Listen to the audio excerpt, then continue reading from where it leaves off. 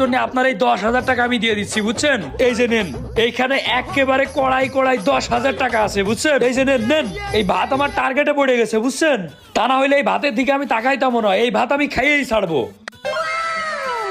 ঠিক আছে স্যার, আপনারা তাহলে এই ভাত খান, আমি ওনারা অন্য ভাত এনে দিতেছি। হ্যাঁ, খেলাম স্যার। এই বন্ধু চলে গেছে, এখন তাড়াতাড়ি ভাতটা খেয়ে আমরা রুমে যাই।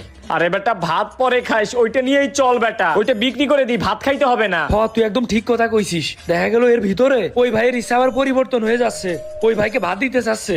এখন দ্রুত এই ডায়মন্ডটা নিয়ে হোটেলে চলে যায়। চল চল চল চল চল, দ্রুত চলে যাইতে হবে। হ বেটা, চল চল। আয় আয় বন্ধু, আয় আয় বন্ধু, আজকে তো পুরাই দান মাইরে দিছি রে।